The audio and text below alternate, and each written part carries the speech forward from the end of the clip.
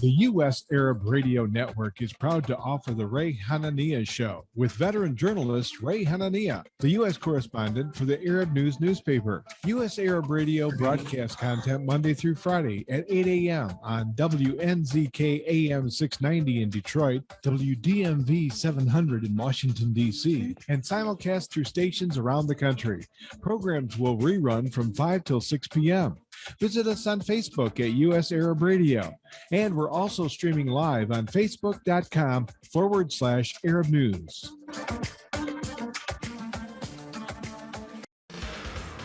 ArabNews.com, bringing you breaking news from across the Middle East and the latest on Arabs in America. Get inside the latest headlines with expert analysis and insights at ArabNews.com. Join over 5 million Facebook fans and over 10 million monthly readers. ArabNews.com, news that matters to you. Ziyad brand, quality products from our family to yours. Ziyad Brothers Importing offers the finest quality products, including brands like Sultan, Kraft, Nestle, Hook, Rico Picon, Donna, and many more. Ask your retailer to carry these fine products because you deserve the very best. For more information, visit our website at www.ziyad.com. That's www.ziyad.com. Ziyad, quality products from our family to yours. While we've been staying safe at home, scientists have been on a journey. The destination, a COVID-19 vaccine. This journey began decades ago with research into other coronaviruses. Scientists built from there with months of research and development, cooperation with other experts worldwide, and clinical trials on tens of thousands of volunteers of diverse race, age, and health status. They arrived at a safe, effective vaccine, and hundreds of thousands in Michigan have already been vaccinated. But the next step is ours. We need to get the vaccine when we can. Keep wearing masks correctly and taking precautions until we reach our destination, freedom from COVID-19, and getting back to the lives we love. Discover the facts for yourself at michigan.gov/COVID vaccine. A message from the Michigan Department of Health and Human Services. At Top Rehab Physical Therapy Clinic in Dearborn, we provide effective physical therapy sessions in order to limit pain and discomfort. Top Rehab provides physical therapy care for any diagnosis prescribed by a physician, and we regularly see and treat conditions such as stroke, TMJ, fibromyalgia, sciatica, joint pain, and more. We use a variety of pain management methods, including modalities, soft tissue mobilization, and therapeutic exercise. If you're in need of physical rehabilitation or physical therapy, get the highest quality health care at Top Rehab. Most insurance is accepted, and we're open Monday, Wednesday, and Friday 8 to 6, Tuesday and Thursday 8 to 5, and Saturday 10 till 2. Call for an appointment today at 313-846-0555. That's 313-846-0555. Choose Top Rehab Physical Therapy Clinic on Michigan Avenue in Dearborn. Life's too short to be in pain. Kashat's Mediterranean Market and Shish Kebab offers a great array of your favorite Mediterranean meals. Meals range from lamb specialties, shawarma sandwiches, seafood dinners, and they offer special big trays of your favorite food, plus much more. Kashat's Mediterranean Market and Shish Kebab address is 32839 Northwestern Highway in Farmington Hills. Their phone number is 248-538-9552. That number again is 248-538-9552. And the supermarket is open from 8 a.m. to 9 p.m. Kashat's Mediterranean Market and Shish Kebab will definitely leave you satisfied. Are your hands feeling numb? Do you feel pain opening up a jar, turning a key? Are you noticing that your elbow and your shoulder are becoming stiff? Or were you recently injured in your arm? Hello, I'm Dr. Albajit Katranji, and at the Katranji Hand Center, which just recently opened down the street from the Somerset Mall, we can provide you with the latest in hand, wrist, elbow, and shoulder care. Visit us at www.katranjihandcenter.com to learn the latest techniques that we have to offer you, and I look forward to taking care of you. Visit us in Troy at 1565 West Big Beaver Road, Building F, or call Katranji Hand Center for an appointment at 248-869-4263. That's 248-869-4263. Get ready for an amazing experience at Ishtar Restaurant on 15 Mile Road in Sterling Heights. Enjoy excellent hospitality from owners Ali al-Baghdadi and Fatty Bonham, serving the best in Mediterranean food. Try Chef Ali al-Baghdadi's famous shawarma, the best Iraqi grills and food, and the best Arabic and international dishes. Dine in our authentic atmosphere or take out. Call 586-698-2585 or check us out on Facebook. Ishtar Restaurant practices all CDC guidelines and is open every day 11 a.m. to 10 p.m. Have an amazing experience today at Ishtar Restaurant, 3625 15 Mile Road, Sterling Heights. Life is a nonprofit charity that's provided humanitarian aid and development to people and communities for over 25 years, regardless of race, color, religion, or cultural background. When disaster occurs here or around the world, Life for Relief and Development rushes in to provide food, medical aid, and shelter to those in need. Please help improve these efforts. Make your tax-deductible donation to Life now at lifeusa.org or call 248-424-7493. Enjoy the first Syrian-style cuisine in Michigan. At Damas Cuisine and Catering, you'll find a wide selection of Syrian foods and sweets in our menu, like frikeh, hoisin, grape leaves with steak, mishawi platter, hot mahashi, char-grilled kebab, shawarma, and much more. Get super fast delivery from Damas Cuisine and Catering right to your door. Order online at damascuisine.com/menu and track your order live. Damas Cuisine and Catering, 28841 Orchard Lake Road in Farmington Hills. Call 248-987-4985. ArabNews.com, bringing you breaking news from across the Middle East and the latest on Arabs in America. Get inside the latest headlines with expert analysis and insights at ArabNews.com. Join over 5 million Facebook fans and over 10 million monthly readers. ArabNews.com, news that matters to you. And good morning, everybody. I'm Ray Hanania here at the Ray Hanania Show, sponsored by Arab News on the U.S. Arab Radio Network. We have a great lineup of guests this morning here at the radio show. And in segment one, I'm really excited because we're meeting Annissa Essaibi George. She's an American running in the race for mayor of Boston in the September 14th preliminary election race next week. Ms. George is an American politician who serves as an at-large member of the Boston City Council. Her father is Tunisian and her mother is Polish. Well, I can just imagine the food that you must be enjoying at your house, Annissa. Welcome to the program. Ray, thank you so much for having me on this morning. And yes, it was an interesting palate in a regular buffet that we had at home growing up. Tell us a little bit about yourself first. Your father's Tunisian, your mother is Polish, both immigrants or they were born here in the country. Give us a little background on your family and yourself. No, thanks, Ray, for welcoming me this morning and letting me share a little bit about my story and talk about the race in the run for mayor of Boston. Both my parents immigrated to this country. They have two very different immigration stories. My mother, as you mentioned, is Polish. My grandparents, her parents, my grandmother at the age of 14 was taken from her home in Poland to work in a labor camp in Germany. My grandfather was in the Polish army, became a prisoner of war. They met in a displaced persons camp in Germany post-World War II, where my mother was born. They immigrated to the United States when my mother was little and, eventually made their home in the Dorchester neighborhood of Boston.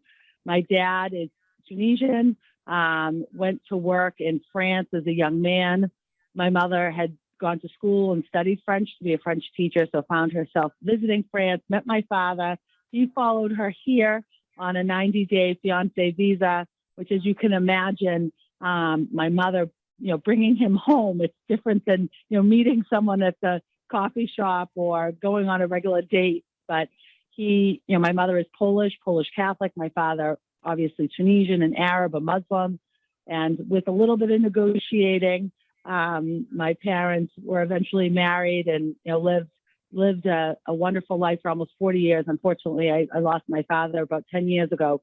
But it was me, my brother, my two sisters grew up here in the house that my mother grew up in obviously a very diverse upbringing, two very different cultures and ethnicities and religions.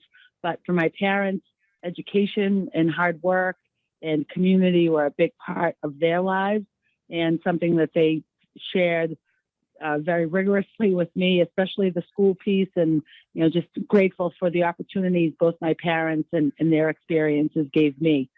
Now I'm running for mayor of Boston. I've spent the last 6 years as a city councilor, and just grateful for the opportunity to serve my city and look forward to serving it in a new capacity. That's an amazing story. Especially to get into politics. What got you to think that, hey, maybe this is my future in politics? It's so contentious, and especially Boston is and I'm sure Boston is just like Chicago. It's rough and tough politics here. I can only imagine what it's like in Boston. What made you want to get into that? I'd say it's about the same. It's about the same here. When I was in high school here in Boston, I got engaged in student government, became a member of my school's student council, and then we have a citywide Boston Student Advisory Council that does a lot of work, especially around education and student voice and all of that work. So at a young age, actually it was former Ray Flynn, who is, well known as the former ambassador, had a little bit of a battle around schools budgets, and, became really sort of upset about some of the political stuff that was happening in our city.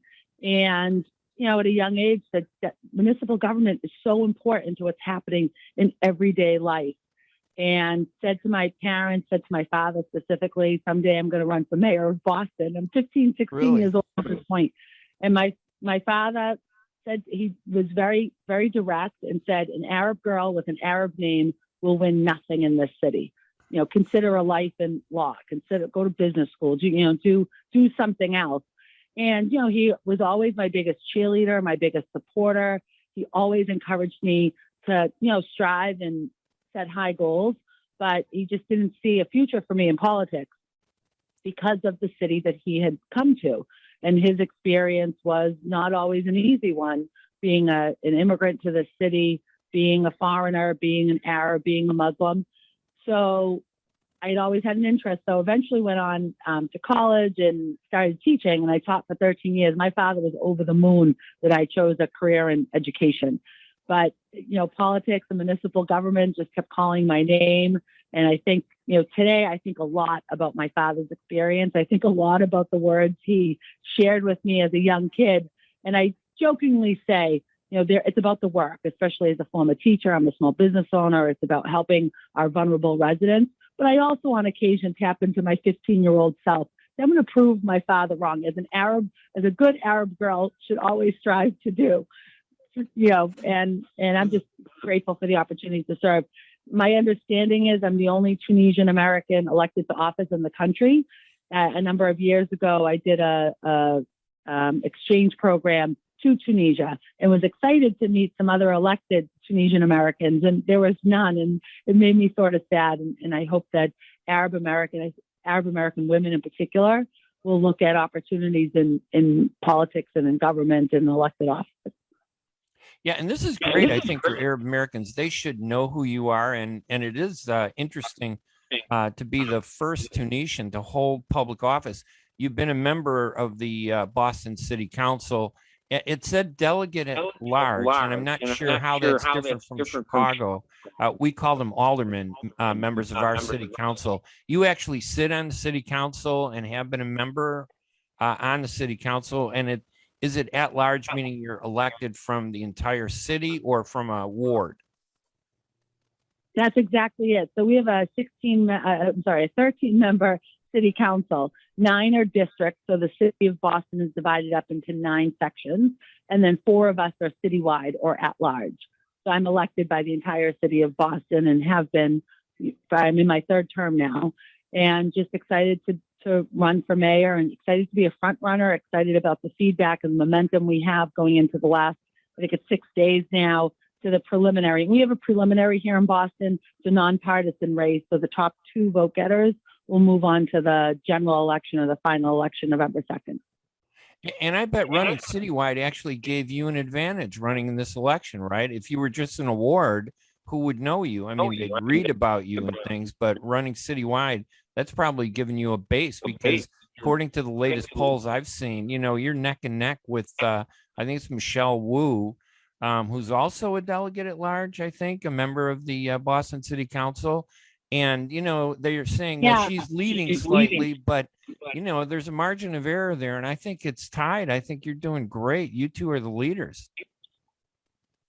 Yeah, no, I appreciate that, Ray. And yes, and this is a very interesting race. We have, 5 sort of primary candidates, and, really feel that going into these last couple of days, feel the momentum of being a front runner and having an at-large base, having a citywide presence, and being elected citywide all of these times now certainly is helpful when we think about, strength, we think about numbers, we think about name recognition, and certainly the opportunity to grow that becomes a little bit easier when you have a base already laid. And of the 5 candidates, 1 came from the former administration, and the other 4 of us are members of the Boston City Council, 2 at large and 2 district representatives.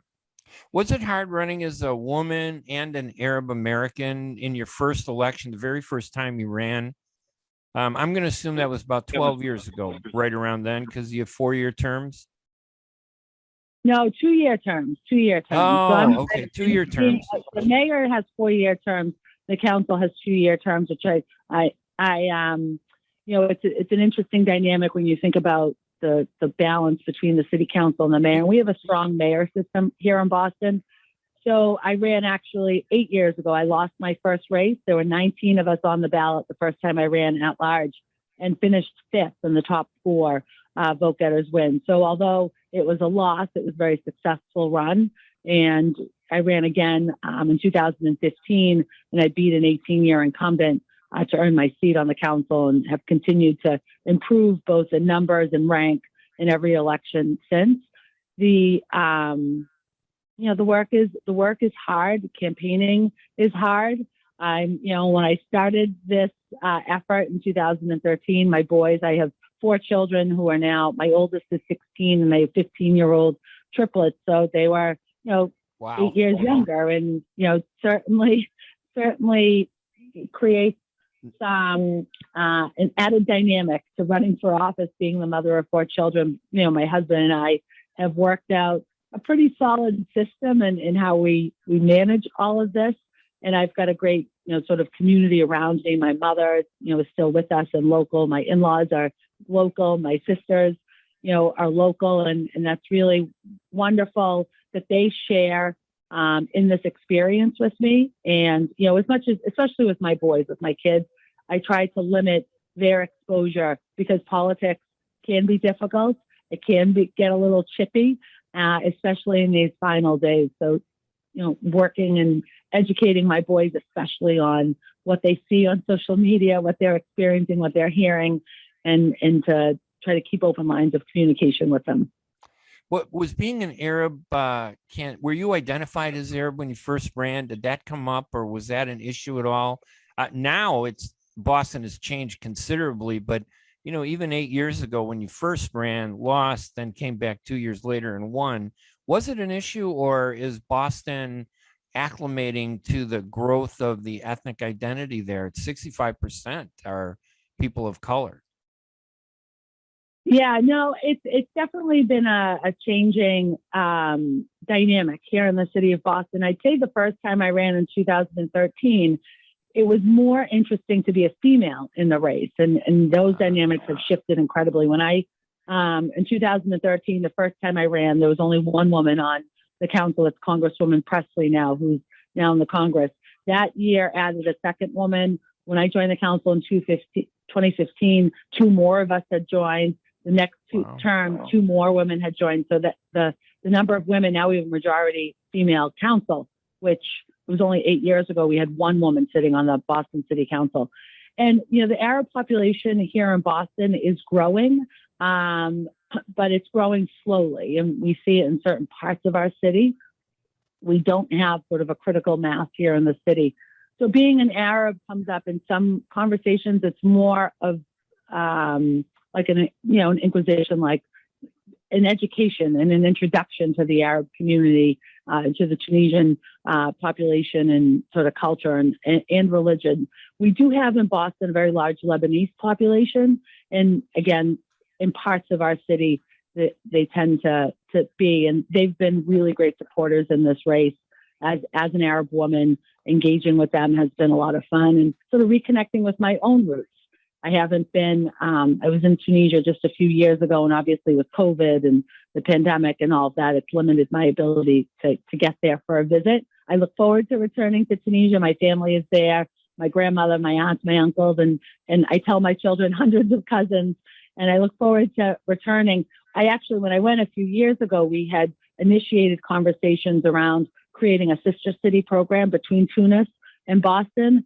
And we think about the very, very similar cities that we have, whether it's, a harbor city, the role of trade, the role of art, the role of just culture and community.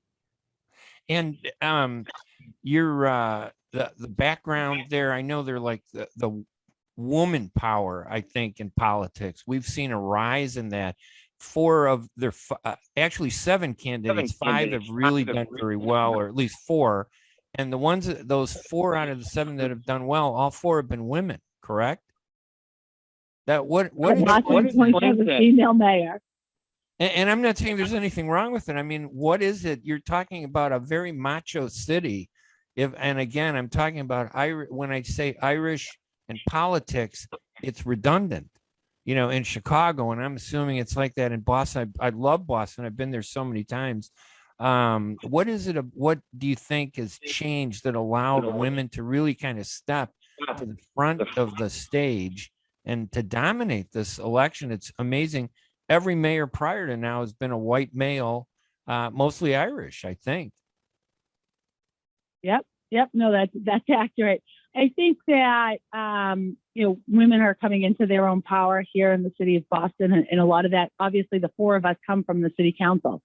So it's about building bench strength. It's about, and that's the bench. The city council, in many ways, has become the bench for the mayor's office. Although mayors come from our state legislature, our former mayor, now Secretary Walsh, was a state representative prior to becoming mayor of the city. Before him, Mayor Menino actually came from the city council. So there is a little bit of a pipeline that we're able to cultivate, but women are becoming more involved in political life, running for office and winning. And that has been a real shift, especially over the last, 5 years or so, if you look a little bit further back to 10 years, you saw that tide begin to change. And this is about women in public life, women sort of taking the lead, which is so important for women to do, but also high quality women candidates. That's also really important. You want a woman in office because that's important. Representation matters, but you want the right woman in office. You want the woman who has the skill set and the experiences to lead. And I believe that's me. And I think the voters of Boston, the residents of Boston see that as well. And that's why I've done so well in the polls. What do you think is going to be the most deciding issue, the most important issue in this election? What is it that voters are asking you to address? Yeah, so there's a few things that we're talking the most about here in Boston and in this race. Housing and the cost of housing, the cost of living here in the city of Boston has grown tremendously, and Boston has become too expensive for too many. So housing is a critical issue. We talk a lot about education in our school system. Boston Public Schools, the oldest public school system in the nation, is and continues to have still too many struggles when we think about our kids. And for me, as a former educator, a former classroom teacher of 13 years, that has been a priority of mine to improve the quality of education across the board for all of our kids. Certainly the pandemic has been an issue when we think about COVID, our work to recover from this issue, this public health crisis, this healthcare issue. But we also have a significant challenge around the opioid crisis and homelessness and mental illness here in the city of Boston. We have a growing population of our city's residents who are unsheltered and also dealing with substance use disorder. So that's also significant. And, when I think about the job and the role of being mayor, the tasks of being mayor, the responsibility of leading the city, it's around the public health crisis, it's around public safety, it's around climate action, and it's also about basic city services. I hear that across our city in so many of our neighborhoods that, filling potholes and building playgrounds and making sure the trash is picked up. basic sort of everyday city services are critical to every city's residents' quality of life. And we've got a lot of work to do to make sure that we're responsible to the needs of our city's residents, from sort of the bigger issues to those smaller, not less important, but sometimes not seen as critical to the operation, the function, and the experience of the city. I'm going to guess your husband is Lebanese. George is a very popular Lebanese name, or am I wrong? Yeah, you're actually wrong. I'm sorry to say that. He is American, several generations too. The George is just that's not his fault. Part Albanian in there.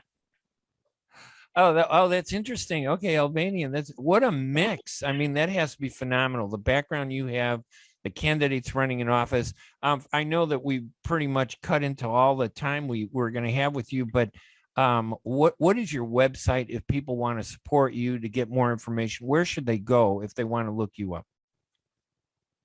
No, Ray, I appreciate that. And anyone that wants to engage with the campaign or take a better look or a deeper look at both my bio, my story, my history, but also my policy pages, because we've got a lot of work to do. And I'm a big believer in partnership, and all of our policy docs are dynamic documents. So give them a look and share some feedback. You can go to my website, which is AnnissaForBoston.com, ANNISSAFOR Boston.com. I spell it with two N's. It's a little bit of a trick my dad played on my mother. They didn't know whether they'd have an Arab name or an American name. And so they made up a name that is actually an Arab name. So that's how I ended up with the two N's. Just Ray, thank you so much for including me this morning and welcoming me on. Listen, it was great, and I apologize for the technical issues, but it was so nice that we're able to do this. We wish you the best. The election is next week, 1 week from today on September 14th, correct? And then Tuesday, it's last 6 days, Tuesday the 14th. And then I'm hopeful to go on to the general, and I look forward to talking to you again between September 14th and November 2nd. That'll be great, and we won't have technical issues. My guest, Annissa Essaibi George. The website is AnnissaForBoston.com. Is that correct? Okay, the .com. I want to get that right. Annissa is ANNISSA for Boston. Annissa, thank you for joining us again. It was a pleasure meeting you. Good luck next week. We want to see what happens. Thank you. I'm so happy we were able to talk with her. We're going to take a break. When we come back, we're going to look at, we'll be talking with Abed Ayoub at ADC. We'll be right back right after these messages.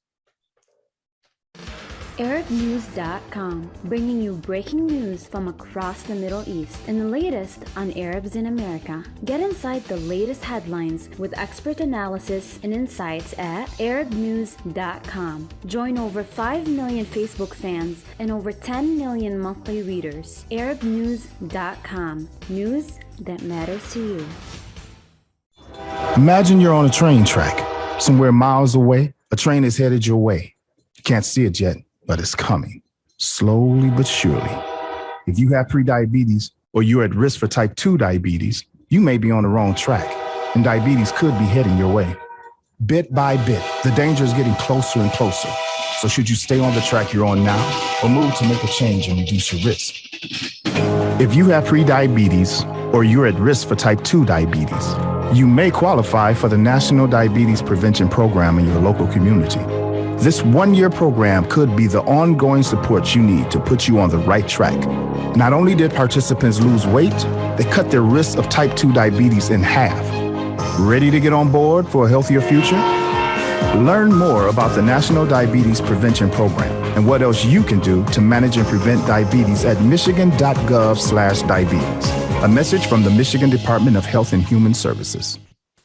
When it comes to reproductive medicine, IVF Michigan Fertility Centers are the recognized leaders. With locations in Bloomfield Hills and 5 other cities in Michigan and Ohio, IVF has experts in all aspects of the field. As a founding member of IVF Michigan Fertility Centers, Dr. Nicholas Shama is one of the leading reproductive endocrinologists in Michigan and Ohio. Dr. Shama has performed over 10,000 IVF cases and has helped thousands of couples fulfill their dreams of parenthood. American board certified in both obstetrics obstetrics and gynecology and reproductive endocrinology and infertility, Dr. Nicholas Sharma is a very caring, compassionate, expert physician that understands not only the medical but also the emotional toil of infertility on his patients. When it's time, get personalized care from Dr. Nicholas Sharma at IVF Michigan Fertility Centers in Michigan and Ohio. Call toll-free 855-952-9600, 855-952-9600.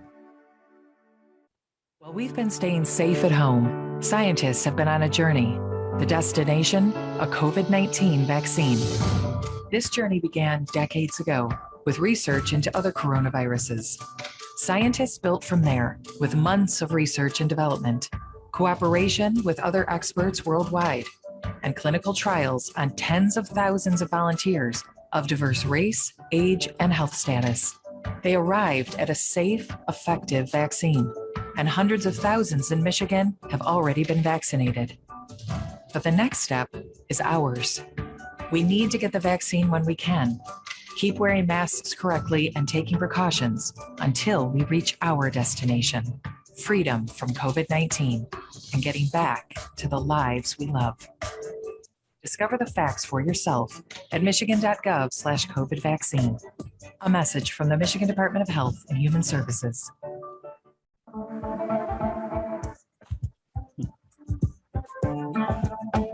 The U.S. Arab Radio Network is proud to offer the Ray Hanania Show with veteran journalist Ray Hanania, the U.S. correspondent for the Arab News newspaper. U.S. Arab Radio broadcasts content Monday through Friday at 8 a.m. on WNZK AM 690 in Detroit, WDMV 700 in Washington, D.C., and simulcast through stations around the country.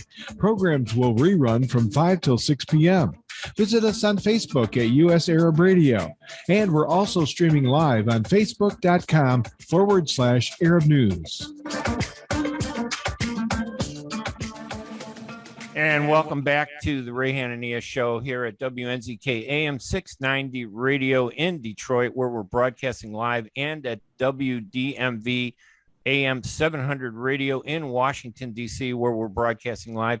And we're also streaming live on Facebook.com/Arab News. So many things I wanted to tell you about before our interview with Annissa Essaibi George. One of them is the Arab News newspaper has a special section coming out on a look back on the 20th anniversary, the commemoration of September 11th. And that's going to be the topic of this segment. With me is Abed Ayoub, the legal director for the American Arab Anti-Discrimination Committee. Abed, thank you for joining us this morning. Good morning. Thank you, Ray. Always great to be with you. Yeah, it's a pleasure to have you guys. I mean, ADC is just a phenomenal organization. You guys do so much. Given all the things that happen to Arab Americans, I don't know how you even have time to do a radio show with me. We'll always make time for you. So thank you. I know you do. Listen, obviously, a lot of Americans this week are thinking back on the terrible tragedy of September 11th, the terrorist attacks. They were horrendous.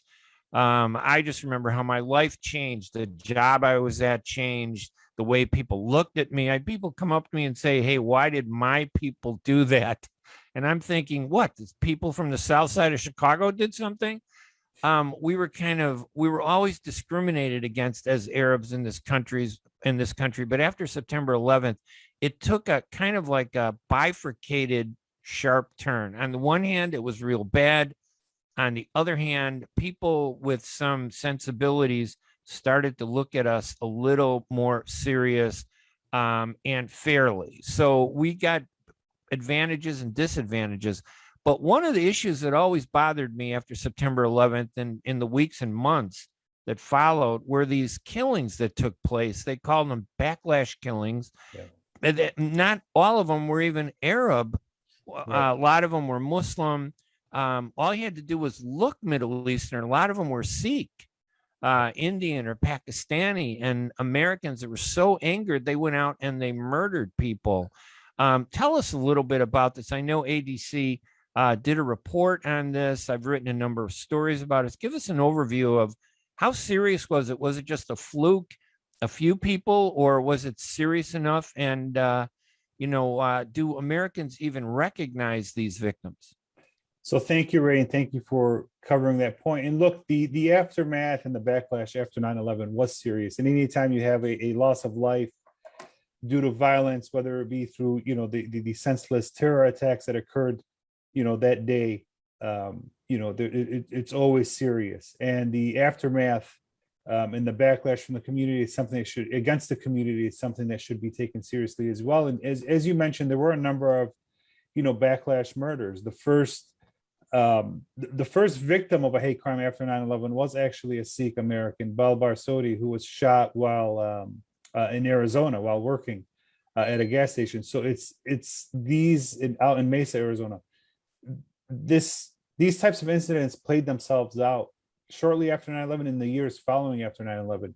And I think our report cited nearly a dozen murders or so that took place, a dozen or so murders that took place, in the immediate aftermath, all the way from Mesa, Arizona, out in Michigan, Minneapolis, we had one in Los Angeles. So it's definitely something that's serious. I don't know how much, this information many Americans are aware of. I don't know if they understand that this happened or even aware that this happened, but it did happen. And this is not even, these cases, this is not even talking about the employment discrimination cases and the other general discrimination or verbal abuse that we continue to see. These are, the serious, violent hate crimes. Yeah. And what's interesting is the killings, this backlash, which I think should be taken more seriously than other things. It kind of blended in with the wave of discrimination. Another would say, oh, yeah, they discriminated against Arabs and killed some. And I'm thinking, wait a minute, there 2,996 people died at the Twin Towers, at the Pentagon, and in a field in Pennsylvania because of the terrorists. But another 24 died in the weeks and months after because of what happened. They should be given the same, I think, should be given the same treatment. They should be recognized during these commemorations. I think it's disrespectful as an American that nobody is taking it as other than obviously ADC and a number of groups, but mainstream American society isn't taking it serious enough to say, wow, there were 24 people that were murdered as a result of September 11th. They're victims of September 11th. I mean, maybe they should get compensation, their families, the way the victims of the September 11th terrorism were supported. But we've never even got to the point where we were even really officially acknowledged as connected to that. We're just part of a wave of discrimination. You're absolutely right. I mean, there needs to be more recognition to these victims. There also needs to be an understanding that it hasn't stopped. The hate crimes continue. The violent hate crimes have continued. And this is born out of the September 11th attack. It's directly an aftermath and an effect of that. So even though we're 20 years, after the 9/11 attacks, we are still seeing the fallout against the community, and on many fronts, on the violent hate crimes attacks and on the more passive discrimination we see in the workplace and in other areas of our life. So it's definitely out there. I know that 4 of the cases were clearly, at least the official reports were that, yes, they're victims of backlash. They were specifically targeted because of who they were. The other maybe 18 incidents and tragedies of killings were kind of disputed, but I think it was in part because the police, they never thought to say how significant is it that like Ali El-Mansoub, who was in Detroit. Yeah. He was with his girlfriend. Her old boyfriend came in, was angry, shot him, and said at the time, you deserve it because you're one of those people that attacked us on September 11th. The police didn't give weight to that. I don't know if September 11th may not have happened. Would Ali El-Mansoub still be alive? And I think he would be. He would be.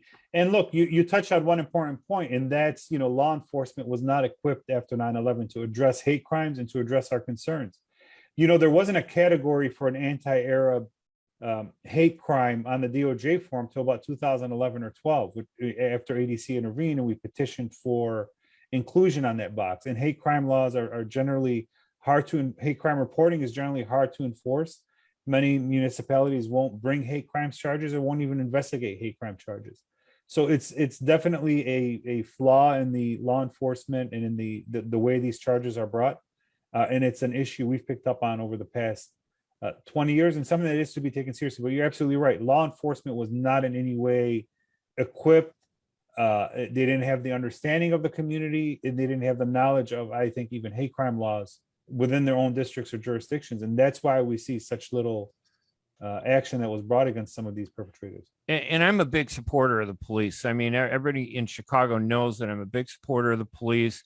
Yes, there are some bad apples. It's a small percentage. We don't stereotype police because of the actions of one person, the way sometimes it's being done.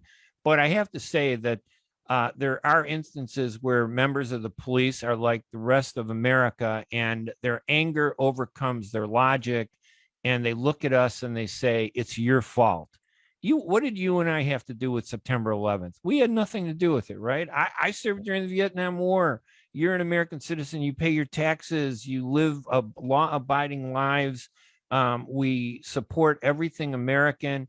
And yet every time something happens in the Middle East, and I don't know if it's like this in any other ethnic group, an Arab or a Muslim does something someplace else, and you and I are immediately front and center. The media calls me up and they say, hey, Ray, what did you think of the terrorist attack today? What did they expect me to say? Oh, yeah, go. Or, of course I'm upset. I'm an American. We're both American. Right. How do we overcome that? And how serious is that still a problem today, 20 years later? It's still a serious problem. There was a report just published the other day. I'm not sure who put it out, and I'll email it to you, where it shows that more people today, 20 years after 9/11, view Islam and Arabs as a threat than immediately after 9/11. So this PR machine, this campaign against us over the past 20 years has been somewhat successful on their front. They've found a way to turn some of the part of the population against us. But what we have to do is continue pushing back through our work. We have to control the narrative. We have to be front and center when it comes to media, when it comes to our own reporting, when it comes to putting our image out there. We have to respond in different ways, and we have to be involved, I think, on all levels of governance, not just running for Congress in DC or state legislature, but also being involved in your city council races, mayoral races, even your neighborhood, association. So we have to be involved on all levels and put ourselves out there. And I think that's one thing we've done right over the past 20 years is this civic engagement. It's getting involved with all assets of, with all parts of government, working with law enforcement to help them understand who we are, educating them on hate crime laws and on different issues as well. So we've really grown the past 20 years. We still have a long way to go, but I think we're going in the right direction. Living in Chicago as I do, the Chicagoland region, race and ethnicity are the building blocks of politics. And I wonder, has the problem been that despite everything and the talent we have in the Arab American community and the Muslim community, still we don't seem, and I'm not sure as we're not effectively telling our story, or we're effectively telling our story, but it's being blocked by our society. Where do you think the problem is? Are we doing enough to tell my neighbor who has so many problems? He has to pay a mortgage. He has 2 cars. His kids are going to college. And now he needs to understand what my problems are. Am I doing enough to educate him so when there is a terrorist attack, he doesn't yell and scream at me and say, why did I do it? Or why did my people do it the way they did after September 11th? I think we've done enough of that. I think if people want information on Arabs and on Muslims and even on, South Asian communities, it's out there. I mean, if they want to educate themselves, it's out there. I think the one thing we as a community need to understand, after 20 years after 9/11 is this, and I learned this through the past year or so during the pandemic, while we would do our virtual town halls with our chapters across the country, the one thing I often heard was, hey, how do you want me to worry about, Islamophobia, anti-Arab sentiment when I can't even put food on my kids' table to eat at dinner time? The issues impacting regular Americans are impacting us, and we need to be involved in those conversations. When it comes to healthcare, when it comes to the economy, when it comes to responsible policing, business advancements and opportunities, we need to be involved in those conversations. We've done a good job at being involved on everything else, the national security, the airport issues. Now it's time over the next 20 years to pull ourselves into the direction this country is going as a whole. We are part of this country. And, what happens with this pending infrastructure bill impacts me and my daughter and for decades to come. What happens with policing in Chicago and the direction the mayor decides to take is going to impact you and, generations to come. So we need to be involved in those conversations a lot more. And that's, I think, the direction we're looking to go, over the next 20 years, not only at ADC, but as a community as well. And I don't think it's enough for government. And again, I think I have a right to demand that government do more because I'm a taxpayer. I served during the military. I'm as American as everybody else. I don't care what they say about whether they like Arabs or Muslims. And half of the Americans, probably the majority of the Americans don't even realize I'm Christian. They always come up and say you're Muslim. And I'm proud to be confused as a Muslim. As a Christian Arab, I'm basically Muslim by culture. And I'm so proud of that I'm in that odd situation, pushed in it by the lack of knowledge that, a woman came up to me right after September 11th and said, I can't believe you abandoned your Christian faith to become an Arab. And I looked at her and I said, this is why I'm getting into stand-up comedy. There's no answer to that type of sad, naive, I don't want to say ignorant, like to be mean to her, but it was an ignorant thing to say. And I don't think she realized it. She thought she was just making a nice observation. Right. No, you're right. And now that problem is even worse with social media and misinformation campaigns. So, if for every, ounce of energy we put in, there's a whole complete system and algorithm against us. So it's definitely more challenging now to get our message out there, I think, on all fronts, on the health front, on the economic front. I think we've seen this play out over the past 4 or 5 years, but fake news and misinformation, I mean, that's a great challenge for us, and that's going to do us some damage, I think, and some harm towards the community.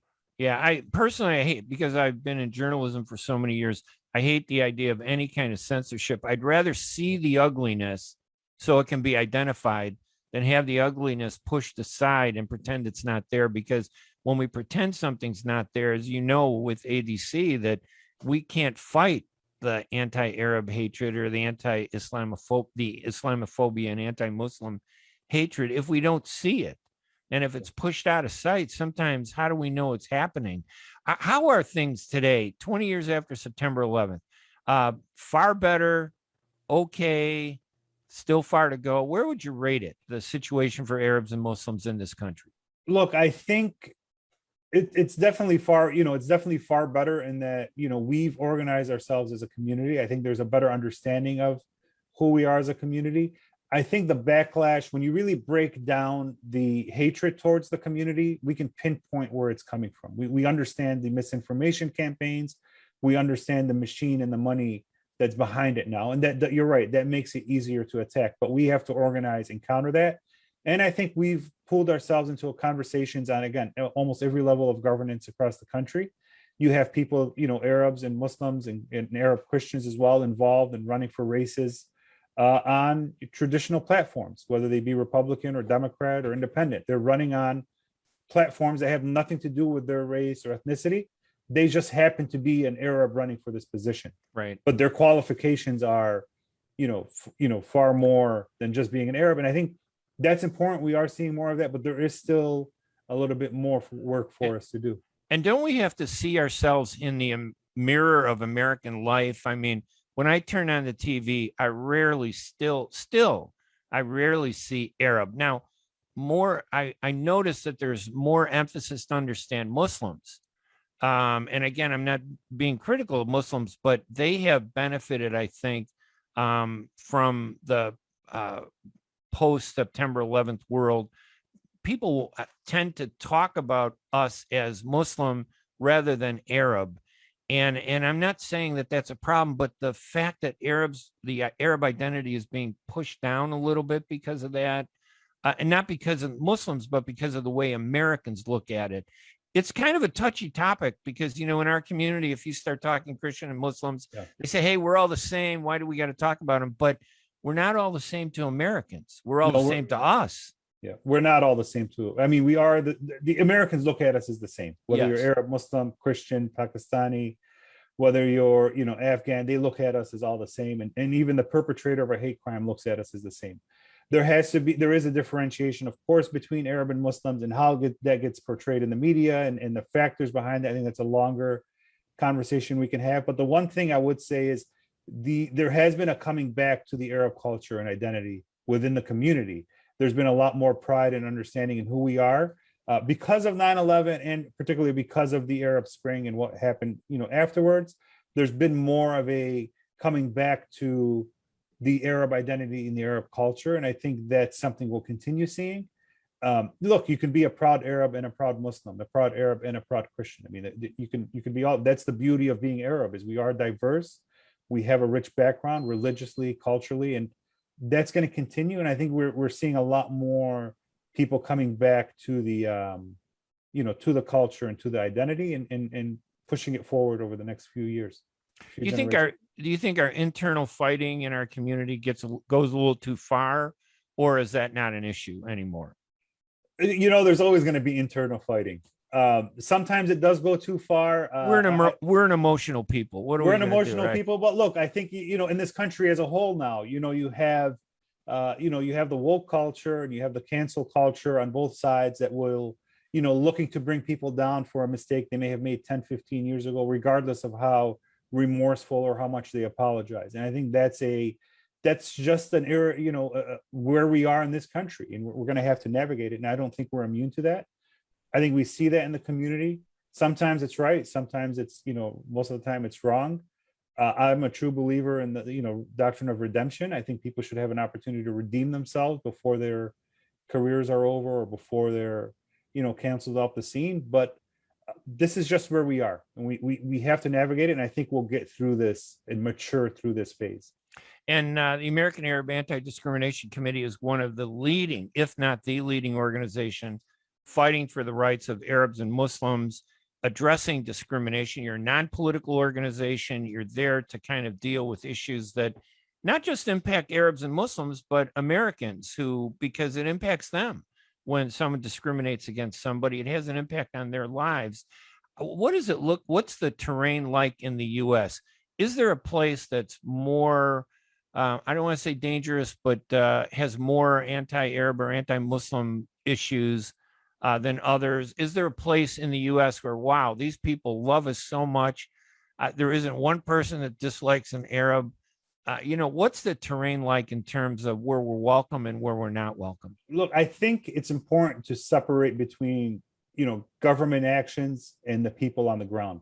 I think with social media, with everything being in our face all the time on Twitter, and you're reading, you kind of get the perception that we're hated or that problems are, exacerbated, where you see one incident and you think this is happening all over, for example, the state of Florida, where it's actually not true. A lot of these incidents are isolated. The person may be somebody that has a history of doing this, but we are, pretty much liked across the country. Now, my concern is if this misinformation campaign, if these campaigns on social media keep going further and further, we're going to start seeing a lot more people radicalized and a lot more people, becoming perpetrators of hate crimes, and that could happen anywhere.